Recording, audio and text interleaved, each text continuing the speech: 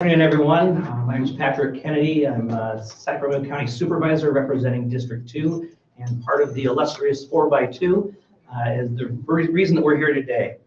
I want to thank you all for joining us on this very important day. I'm happy to join my board colleague, Rich Desmond, as well as my colleagues from the City of Sacramento to announce that we've agreed to a long overdue partnership between the city and the county that, if approved by both the City Council and the Board of Supervisors, will improve the coordination efforts of the city and the county for homeless people in our area to be more cooperative and more coordinated than it ever has before.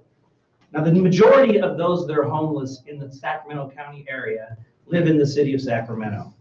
This agreement goes a long way toward bringing us closer to working more effectively with our city partners. We've recognized the need to address the challenges ahead with our city partners for quite some time, and not just for those that we provide services to, but for our community members and our businesses. In recent years, the county has made significant investments to expand services to our unhoused neighbors. However, we recognize the need to do more, as the increase in homelessness has outpaced the services we offer. As the key behavioral health and social service provider for all county residents, the county has taken a closer look at what services we provide and how we deliver those services to those in need. With that, I'll detail some important points of this historic agreement. The agreement, as I said, must be approved by the City Council and the Board of Supervisors. It has been placed on the December 6th agenda of both the city and the county for approval. The agreement states that the county will fund 10 behavioral health workers for encampment outreach and support in the City of Sacramento. A new behavioral health center within the City of Sacramento, which will bring the total in the city to 4. The expansion of behavioral health services to meet the needs of those who are unhoused, including increasing our full service partnership capacity if that's necessary. The Crisis Receiving Behavioral Health Center, operated by WellSpace, a partner of Sacramento County, to help those in mental health crisis or under the influence of alcohol and or drugs. Expansions of substance use disorder residential treatment beds, something we've needed for a very long time and will be a real game changer. Expansion of efforts such as Laura's Law to help those who don't seek voluntary care. The addition of 200 new shelter beds within 12 months and an additional 200 beds within 36 months in the unincorporated area, and 200 additional shelter beds in the city's jurisdiction, provided the city provides a shovel-ready site. Additionally, our Medi-Cal managed care partners, Anthem, HealthNet, Kaiser, Molina, and Aetna, have contributed funding to provide for 15 homeless engagement workers to help link individuals to benefits under CalAIM, including enhanced care management and community supports. It's important to note that all of this will not happen overnight, but please, mark my words, a new day has come. And we're excited about about the cooperation and coordination and what it will bring to help those who need us the most, as well as providing services and support for neighborhoods and businesses. Before I turn the mic over to my good friend, Mayor Steinberg, I'd like to thank city and county staff for the work that they have done to bring ideas and solutions to the table for our consideration. In particular, I would like to thank our county executive, Ann Edwards, and our deputy county executive for social services, Siobhan Katari, for their tireless efforts working toward a solution. Without that, this would not have become. Finally, I'd like to thank the best partner I could have had in this whole endeavor, and that's my friend and colleague, Supervisor Rich Desmond. And with that, I now welcome Mayor Steinberg to the podium. Thank you. Thank you so much, Supervisor Kennedy. I cannot stop smiling. A genuine smile that we have reached this day and that we are standing together. I want to begin with some thank yous as well. I want to start with my city partners, my colleagues, two of whom are here today who participated actively in these very important negotiations. Council members Jeff Harris, Eric Guetta, and Councilmember Jay Chenier, who couldn't be here today. I want to thank our great city manager, Howard Chan, for his unending work on creating this collaborative relationship and agreement with the County of Sacramento, as well as Mario Lada, who helped lead the negotiations. Thank you. Our city attorney and her team, Susanna Alcala. I want to thank my personal staff, Marilyn Belinga, who's worked so hard on this with me. And of course, he's standing in the back there, Judge Lloyd Connolly, who knows the county world very, very well, and the state world and the city world, and worked as a volunteer in my office for almost 12 months as all of this journey was on its way, and helped put this together. Grateful to you. I want to thank the business community. I don't know if they're here, but the Chamber of Commerce and Region Business for their work, their pressure in ways that helped bring us to this day. I want to thank Sacramento ACT. It's long been calling for a city-county partnership agreement. I want to thank the providers. Aaron, you're here, and so many others who have been in this field for a long time and have waited for this moment. I want to thank our neighborhoods and our business organizations who have been demanding change. And I have not forgotten anybody, believe me, because now I want to extend my heartfelt thank you to the County of Sacramento, where we gather here today. Supervisors Kennedy and Desmond, you have done great work, and I'm grateful to both of you. Ann Edwards and Siobhan Qatari deserve tremendous amount of credit, as Supervisor Kennedy stated, for being creative and being willing. This county council and all who participated on the county side. It is no secret that the city and county have had our challenges together over the years. The journey that has brought us here today has not been easy. So I want to state loudly and clearly the following. With this agreement, the county is stepping up big time.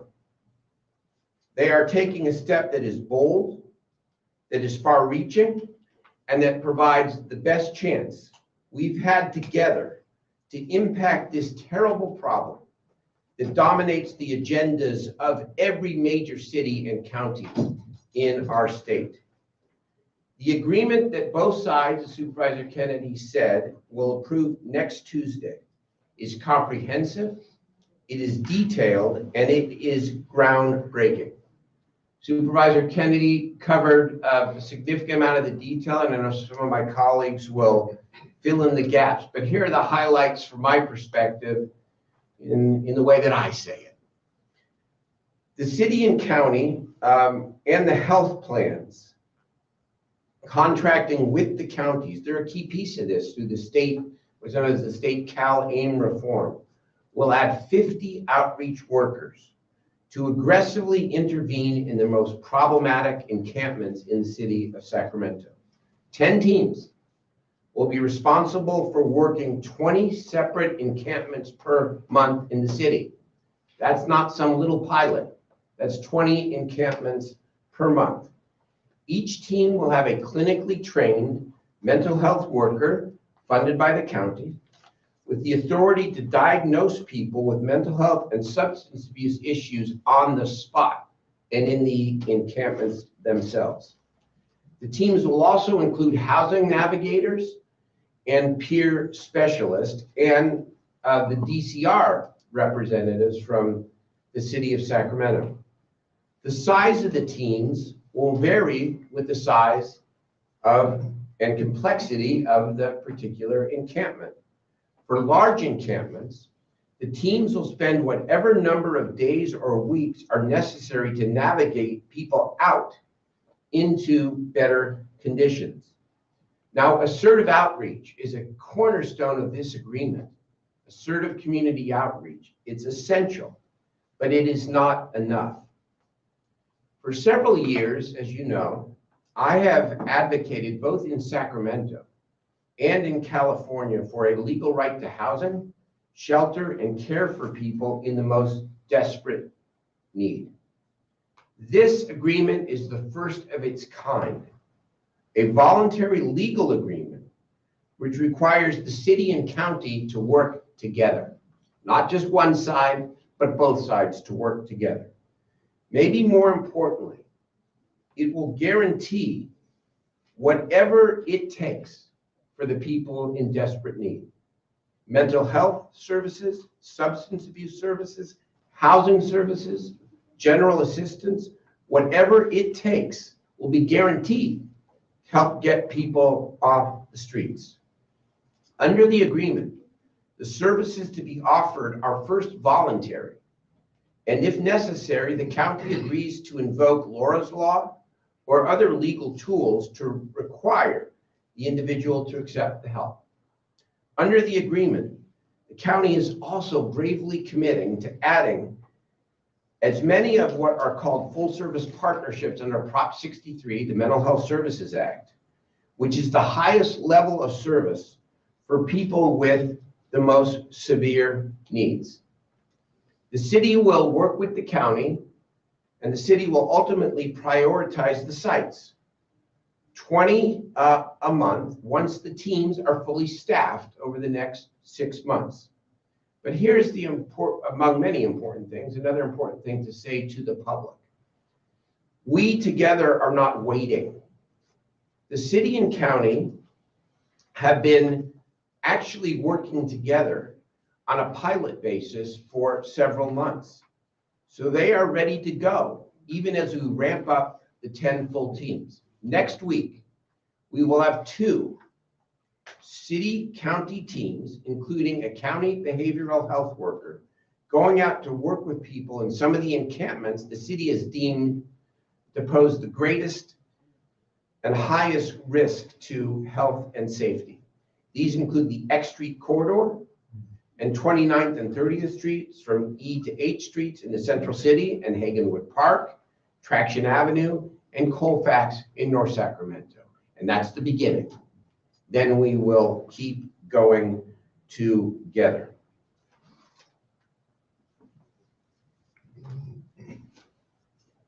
The health and housing centered agreements, I want to make clear, do not preclude humane enforcement, because I know that's a question that's going to come up.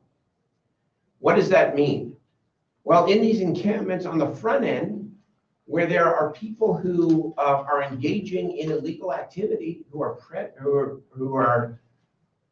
preying on other people by selling drugs, by engaging in assault or whatever, there's a role for law enforcement on either the city or county side, I suppose the city police function, to enforce the law. And then once this exhaustive health and human services centered approach is completed, and again, voluntary and involuntary services, after however long it takes that is aggressive but reasonable, then the city and county together will decide, okay, what happens if an encampment remains? But the goal here is to make sure that many of these encampments don't remain the way they are, because we've actually helped navigate people off the street. 2 more points, and I will cede the stage here. Implementation is everything, which is why I'm so pleased that the city and county not only worked so hard to forge this agreement, but have worked just as hard to begin planning for and actually operationalizing implementation. In fact, as late as this morning, meeting to figure out what those first interventions and where they will be. Because we all know that a written agreement, no matter how strong it is only as strong as the will to implement it in the right way. So we're going to continue the spirit and the work that we have done together to make sure that 20 a month, that gets you to hundreds of encampments potentially if we continue and as we build these teams. Last point, in conclusion, no single agreement will miraculously solve this problem. I'm under no illusions. I've done this long enough. On the other hand, no one can make progress acting alone. And that's sort of the way that it has been. I mean, despite a lot of good efforts, that's the way it's sort of been, and it's led to frustration from the public. But as Patrick said, it is a new day. It's a new day. It's a great day. It's a historic day. Let's get started together. Really happy. Thank you very much, everybody. Let me now turn it over to Sacramento County Rich Desmond, who really, along with Patrick, did a great job here, representing only a tiny sliver of the city, by the way. There he was, meeting after meeting, helping do this work. Thank you. Thank you so much, Mayor Steinberg, and thank all of you for being here today. I'll be brief. I was mentally cutting a lot of lines from my remarks here today, so I'm not additive of the great words of my colleague and friend Supervisor Kennedy and Mayor Steinberg.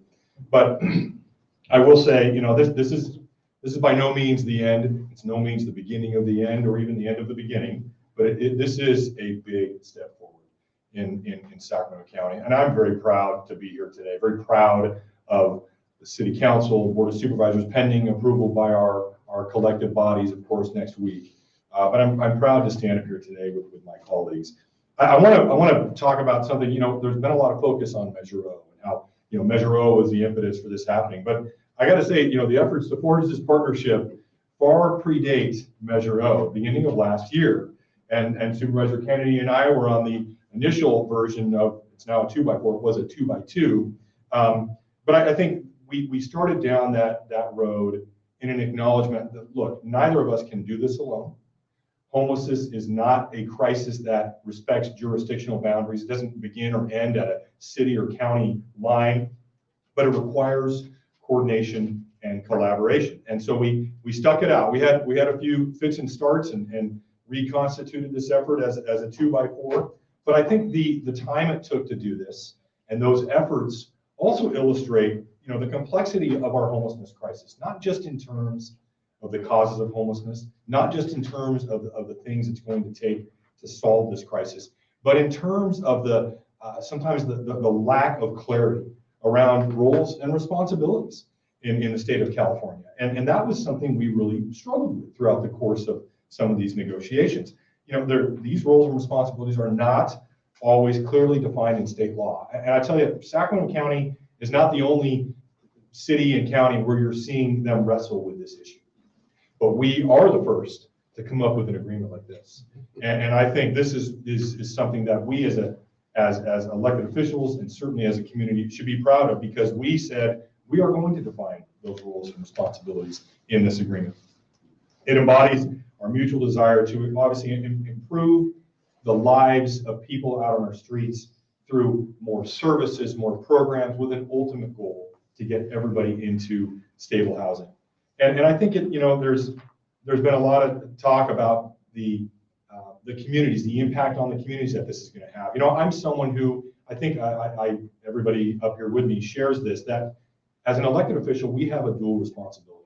We have a responsibility to those who are suffering with untreated mental illness and addiction and homelessness, where they're subject to the elements out on our streets and open spaces. We have an obligation to get them the help they need.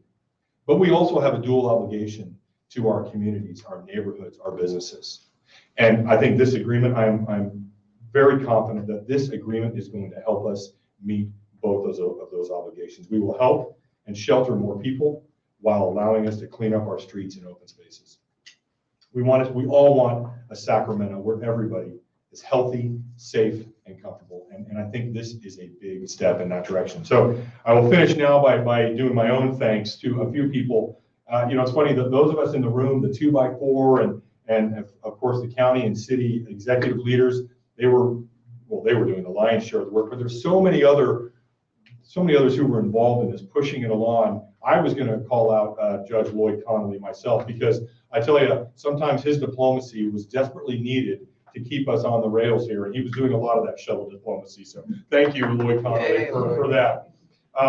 But I'll just start with my friends and colleagues at the city, who I think I've built a good relationship with through the course of this difficult time. The city manager, Howard Chan, Mario Lada, thank you for all of your efforts. And of course, my friends, Mayor Steinberg, Eric Gareb, Jeff Harris, my very good friend who I'm sad to see go, and Jay Chenier.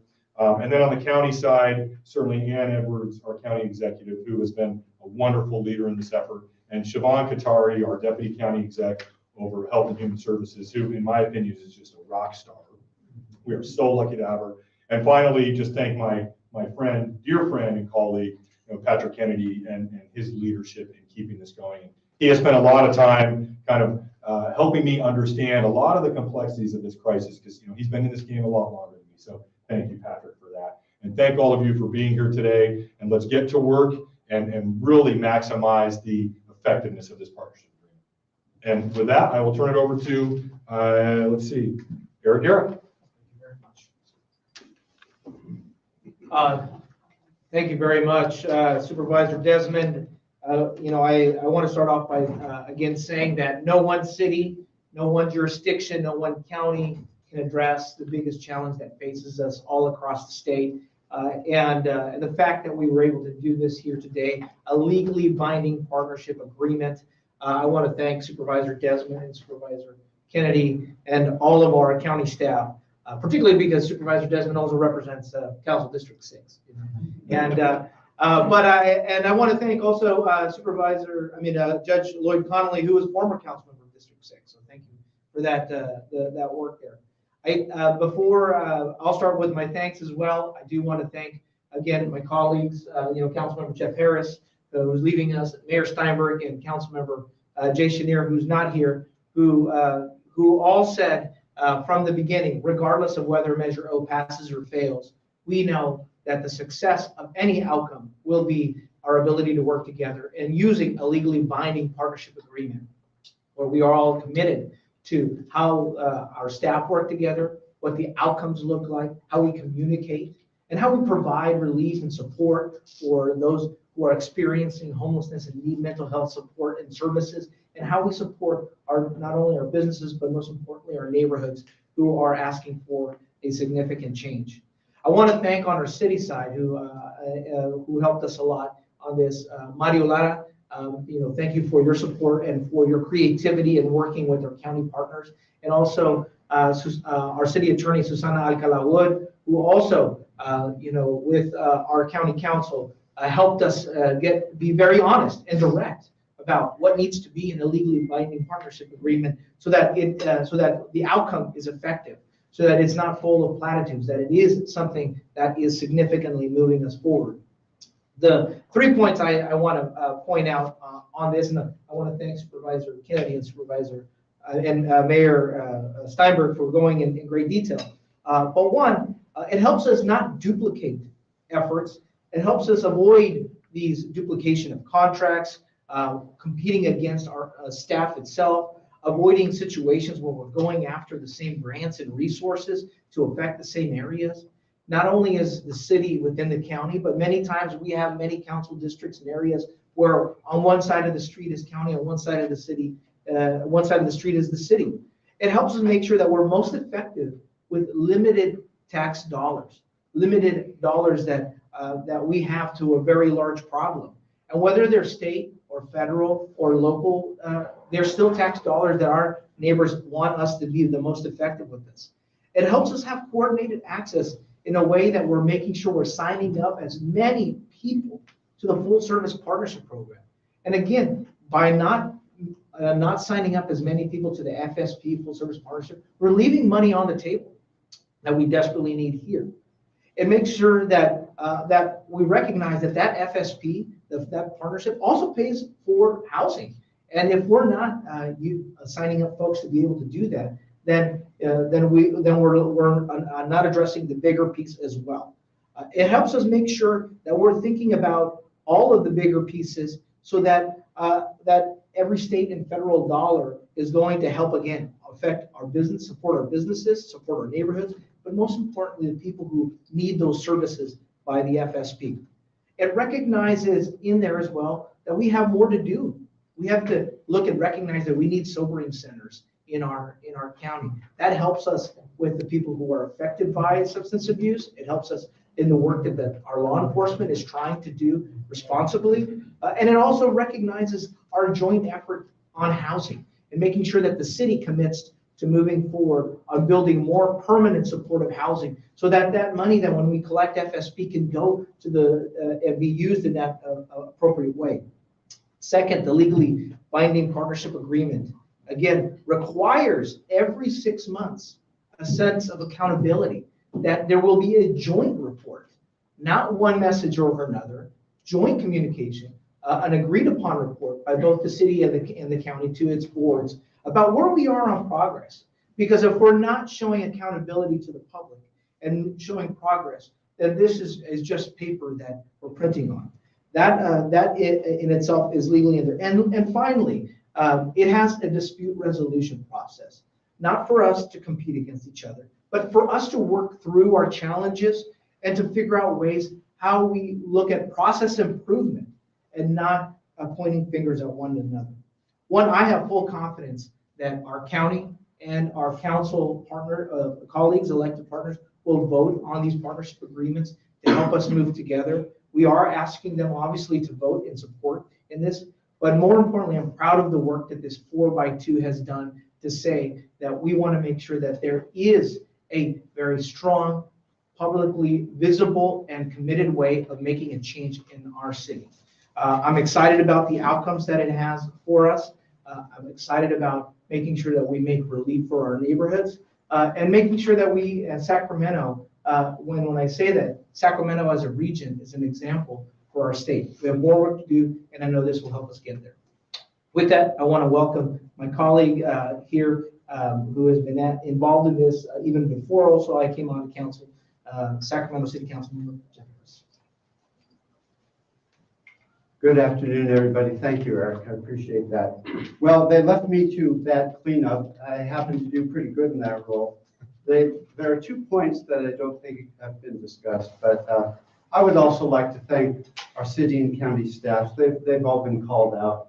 And to our city manager and county executive, this was a tough agreement to reach. You know, make no mistake about it. It took a lot of effort from all of the 4x2 and staff. I think our city attorney's office played a very significant role, as did Lisa Travis at the county. So Susan Alcala-Wood has been named, but both Parkers have been. And, you know, he was a significant player as well. The fact of the matter is that we can reach an agreement, but it has to be legal. It has to work within the legal framework under which we find ourselves these days, under Martin v. Boise and many other laws that have been imposed on our region. We have to find the tools to work within that legal framework, and I'd like to delineate a couple of them. So coordinated access was alluded to. It's an idea that Supervisor Desmond and I brought back from Haven for Hope in San Antonio. What it does is bring all of our service providers and our outreach teams together with one central database so that everybody who's encountered on the street, we will collect that information. We'll be able to use those data points to be much more effective in dealing with the homeless population. We'll know who we're talking to, what medications they need, what drugs they're addicted to. If they have been offered services in the past, if they've refused them, we'll know how many touches that we've had with those individuals. All of those data points are exceedingly helpful in helping us solve the individual issues. The fact of the matter is, what we're facing is a massive behavioral health crisis. And that's what we're up against. Without strong data, we can't get there. So I'm very pleased that the city and the county and the continuum of care are jointly funding the coordinated access program, because it's really going to help us on the ground, on the street, to meet people where they are in their life and help move them along. We know that oftentimes the first encounter does not work for a homeless individual. Sacramento steps forward. Ryan Lufborough used to say it takes 10 touches before you start making real progress. And I think that's why Mayor Steinberg talks about these outreach teams and and really protracted continual outreach until we can get there and meet people with their needs squarely on the street. Which brings me to tool number 2. It started as the Shore Center, which we started at the city, the Substance Use Respite and Engagement Center. It actually became so popular, it evolved into the Crisis Receiving Behavioral Health Center, which I think is a more appropriate name. We've served over 3,000 people in the last year and a half, or 3,000 overnight beds to help people come down off of drugs, which is very often the front porch or the first step to get people to the place where they can even think about accepting services. So we've taken it right down to the basics here. We know that drug addiction is a massive problem in our city and our county, that it affects a very high percentage of homeless individuals. And so now we have a tool to meet it head on. It's becoming very popular. It's getting state recognition. There's going to be more money available, and I'm exceedingly happy that the county is embracing the CRIB program. Thank you very much for that. And that supervisors are actually asking to have a CRIB center in their jurisdictions. This is tremendous. Look, I've been on the council for 8 years. When I campaigned for council, I said homelessness was the biggest problem that we have facing the city. I was right, and in all this time, I have been hoping for and reaching for collaboration with the county. I was on the original 2x2s with the county, and Supervisor Surna and Kennedy and Steve Hansen. We talked about these issues, endlessly, trying to reach little points of agreement. But this is an historic agreement. This is a real, true collaborative effort between the city and the county, and it has been much needed for all the years that I've been here. Lastly, I'd like to say this. Enforcement is a tool that we also have to pay attention to. There are areas that are simply not tenable to have encampments around critical infrastructure. And we've adopted ordinance, to not have encampments within 500-foot radius of schools, of daycare centers. These things make sense. And also we need to protect our levees. As chair of our flood control agency for years, we must protect this critical infrastructure. So enforcement is a piece of the puzzle, and we can't take our eye off of that. But it's a creative balance. And this agreement brings that balance into equilibrium in a way that it never has been in the past. I'm greatly heartened by this. I thank everybody who has worked on this problem, and I agree with Mayor Steinberg. This is turning a page.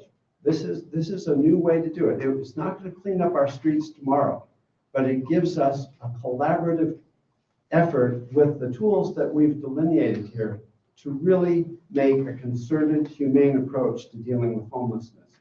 So here we are. It's a great day, and I thank you very much.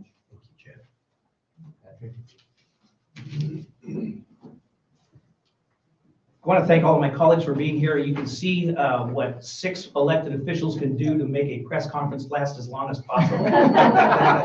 You should imagine what they can do to make negotiations last as long as possible. But it's all worked quite well. As we know, there is no silver bullet to solving homelessness, but what we've done here is provide a whole lot of buckshot. And we're on our way to really making a difference for our community. I thank my colleagues again. I thank all of the staff that's been involved with this and all of our community partners. And with that, we will be available, both the members of the council, members of the board, and more importantly, the staff who have the real answers will be available for your questions. So thank you very much. Thank you. Yeah, thanks, Patrick. I heard you list off about 600 beds in your comments. Can you all break down how many of those beds will be are included in the existing or approved beds, and how many beds will be new? I will turn that to Ann Edwards to get the right answer. They will all be new beds. Some of them are underway at this time in terms of planning, but none of them are in existence right now. So it will be 600 additional beds. Okay, and is the Watt Avenue 250 beds included? Yes. Okay. And the Florin Road safe, the Florin Road tiny homes? Yes. Okay. Thanks. So for the city, they're new, right? What about, can you speak about any of the funding? I know in Measure I talked about budget surplus being a part of how you would only when you would provide more beds. Can you talk about any of the funding and how much of that coming through and any possible deficit that the city is looking at that the city manager previously talked about? We, Measure O has a limitation on the amount of general fund resources that the city is obligated to expend. But remember, we don't start from scratch here. The city is at 1,100 beds already, funded by a variety of sources. The county, of course, has its number of beds, I believe in 4 figures as well.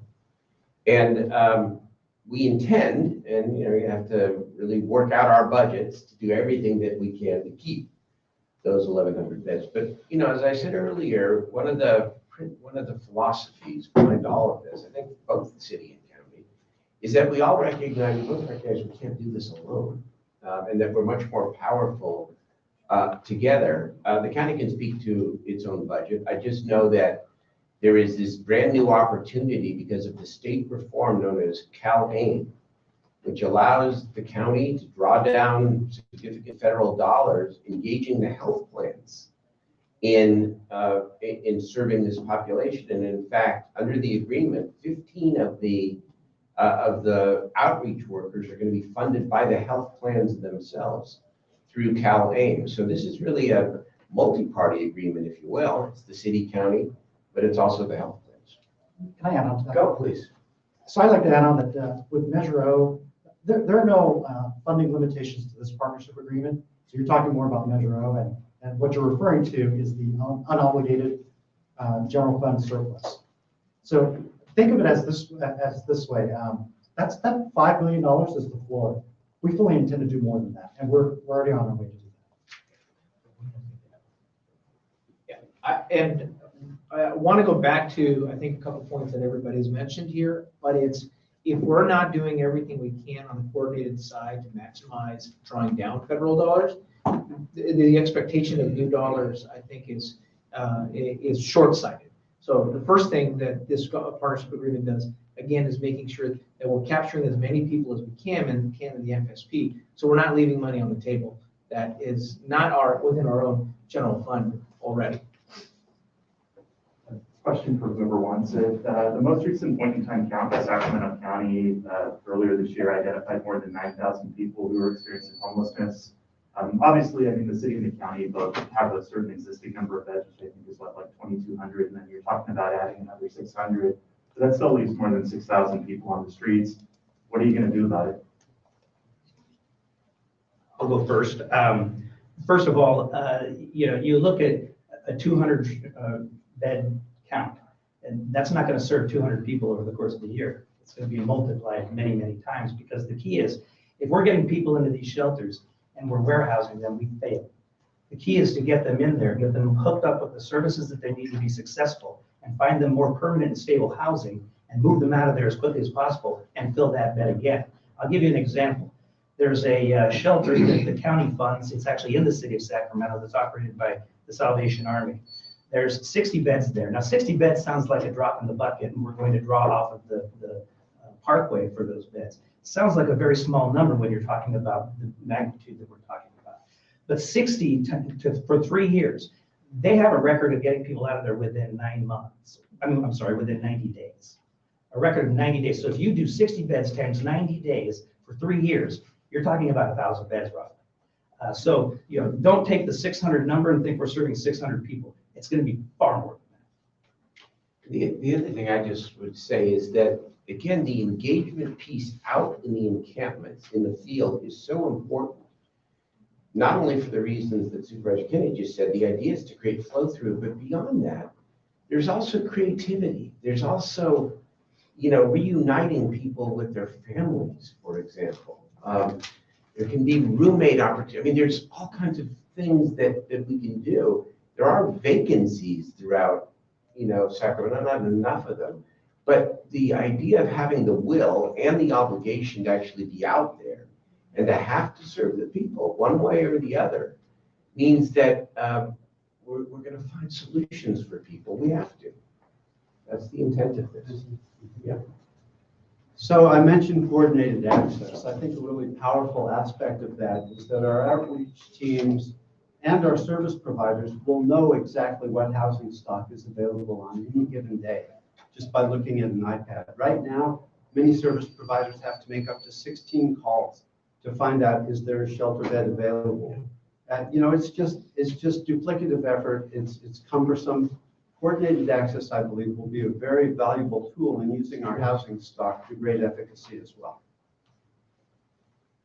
I have a question for the county. Just wondering with the behavioral health workers, are those going to be new workers? Where are you going to find them? I understand there's a shortage of that type of worker. Also, just wondering on the substance use disorder treatment beds, about how many are you estimating will be funded? I'm going to let Ms. Katari answer how many substance abuse treatment beds, but in terms of the behavioral health workers that we spoke of, those will be new staff. A few of them have already been hired, and we are continuing to recruit and hire. It's taking longer than we would like, but we have been able to hire some people, and we will continue a significant effort in that vein.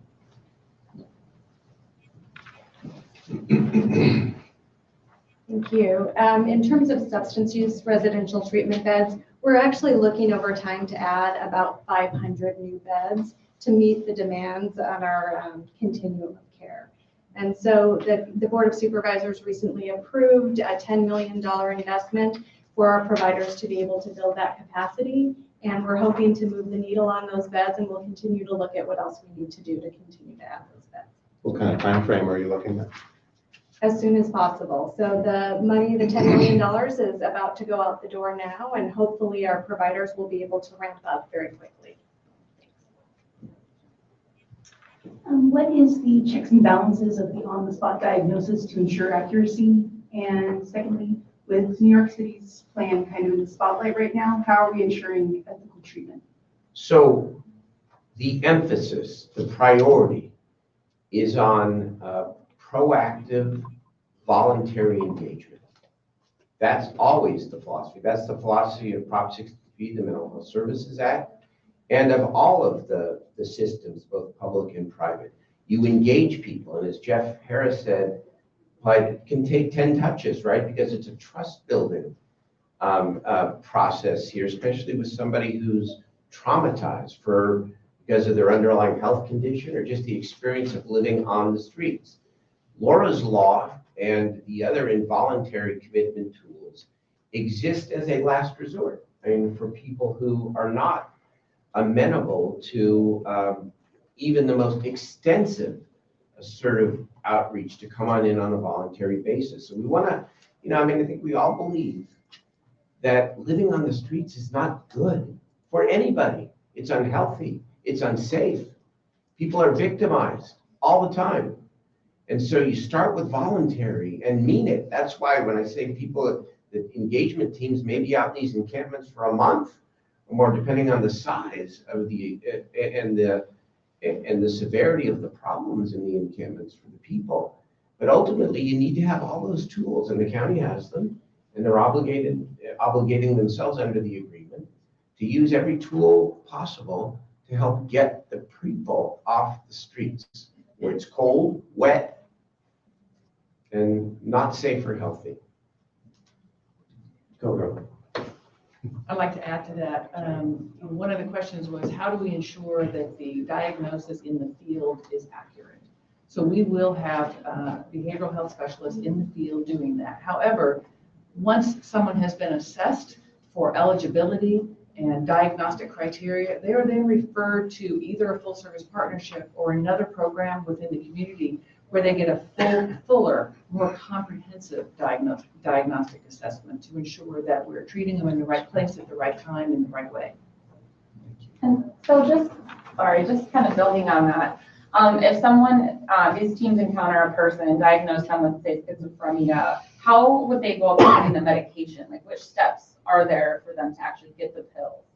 So the folks in the field won't be doing that. So what happens in the field is they get an assessment, and if they're not already linked to a behavioral health provider, they get linked to a behavioral health provider, and we will make sure that they get to that appointment, and then they will see a psychiatrist, because only a psychiatrist can prescribe them proper medications.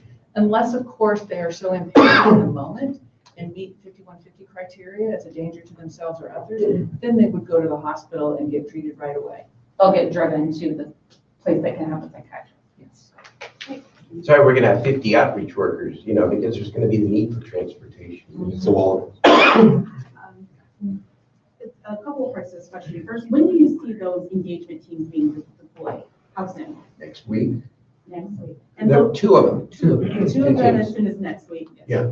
At that point, you say these teams are going to be within these communities until they're able to navigate people out. How confident are you and that their outreach is going to match up with the availability of places to put people? We know that you were talking about a lot of beds coming, the 600 beds coming online. We also know that there's been significant delays in getting that out there. We're talking about one project that's behind another project, and now it's expected to take more than a year to come online. So realistically, if these navigators are able to get people into a place, is there a place for them? So you're right, the 600 beds are going to take some time to get in place, but we do have beds now. And as we talked about earlier, there's the goal of these beds is to get people into a shelter, stabilize, into treatment, and then into housing. So beds do become available fairly routinely. We also offer motel vouchers to folks if they have an immediate emergent need and there isn't a shelter bed available. The Board of Supervisors recently approved $10 million for a landlord engagement program that really works to help folks find, and we will help them, find a landlord that will take a rental subsidy. So there's more available than just the shelter beds that we've been talking about. So are you confident that at this point, when those teams deploy, things that in a week, that the availability of some option will match up to the need? Very likely. I can't say that every single person, there's going to be something every single time, but we will work diligently to ensure that there is a place for folks to go. And as we also mentioned earlier, that engagement takes some time. Next week, going out together, it's very unlikely that we'll have someone say, yeah, I want to go inside today. So we will continue that engagement process and continue to work to find them a safe place to stay. You've got these teams going out next week. How realistic is it that the people of Sacramento will see change soon? Well, they're not going to see change next week. I mean, this does in fact take time. I think what you're going to see is that the partnership between the city and the county working together in these teams, that engagement will be more effective, and over time you will see a difference. Okay, a couple more questions. Is everyone good? What does legally binding mean? It means legally binding. It means that we are contracting with each other to follow through on what we agreed to. That's what it means. It's not, I guess the distinction would be a statement of principles or an aspiration. One of the reasons why the negotiation took maybe longer is because we really got down to the specifics. And the specifics matter, because the intent has always been there, but actually negotiating the details and binding ourselves legally to one another to follow through is very, very important. So who holds you guys accountable to follow through on this? If it's a legal binding agreement between you and the county, who's holding? Well, the public, you, and rightfully so. And all the providers, the homeless population itself, the business community, the neighborhoods. And as somebody said, we're going to report back regularly. I know the teams are already working on a transparent communications tool that shows where the next encampments are. All that, we're heightening the communication and the transparency. And so we're accountable, but I do think the question you asked Ann Edwards earlier is important to reiterate. It's, I think, important, and I've learned this, to overperform, not overpromise and then come up short, right? It's important to have vision and aspiration and all that. And so my view of this is the guy that always sets the big stretch goal here is that this is going to take some time. It is. This is a culture shift. And it is going to take some time. And I don't know that the public is going to see the results right away, but what they are going to see is active engagement in an average of 10 encampments a month. That in and of itself is going to make a difference. But here's, I'll say on the negative, but here's the one thing we cannot prevent. And where we need help from the federal government, for example, we've got 6,000 people on our tenant assistance waiting list, right? So we get people off the streets, and the county is, by the way, engaged in the same thing. We get people off the streets, and we're going to, in large numbers. Oh my God, we have to do everything we can to prevent the next cohort of people from becoming homeless, because then we will help a lot of people, but the public will continue to be frustrated. So we have many challenges, but I'm telling you, better together, greater chance together that we can achieve the result that the public wants. Sounds like you're skeptical about affordable housing then once you get the people on. There's just not a magic wand. Affordable housing, the county's doing a lot more in affordable housing. We just put $35 million in the almost 3,000 additional units. I mean, we're all we know that's a big part of the equation.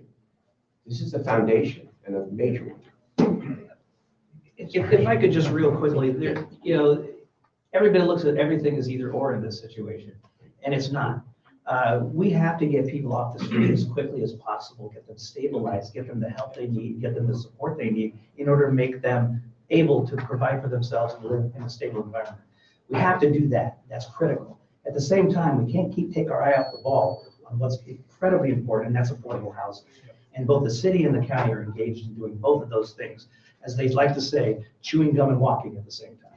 Rich does. I'm gonna add one more thing. Yeah, thank you. I was gonna use that line. See the mentorship from Supervisor Kennedy for me?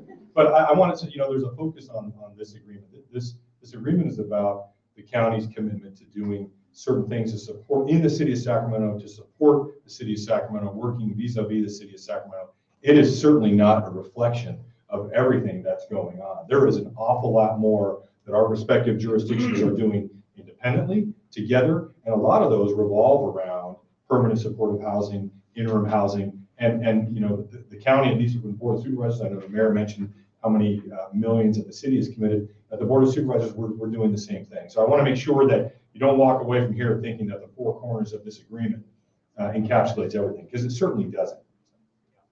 That's another press conference. The last thing on that, it can't be just on that issue. I mean, the issues that are affecting people who fall into homelessness or in these situations, they're affected by other issues of access to transportation, and then our regional housing challenge. It isn't just about how much we're building within the city. And I do want to recognize how SACOG most recently funded a project in both Supervisor Kennedy is in our district, which is the San Juan Motel, for the cost of infrastructure. Many of our areas where we want to actually build a permanent supportive housing, the cost of sewer or water infrastructure on itself it prevents us from even getting to building a door up. So I think it's, again, incumbent upon all of our systems to be thinking about in this format, how we are better coordinated in our effort to do that. And by having an entity like SACOG and even just the city and county, that's how we'll make a real effort in the overall impact in our region. Okay, thanks so much, everyone. Thank you.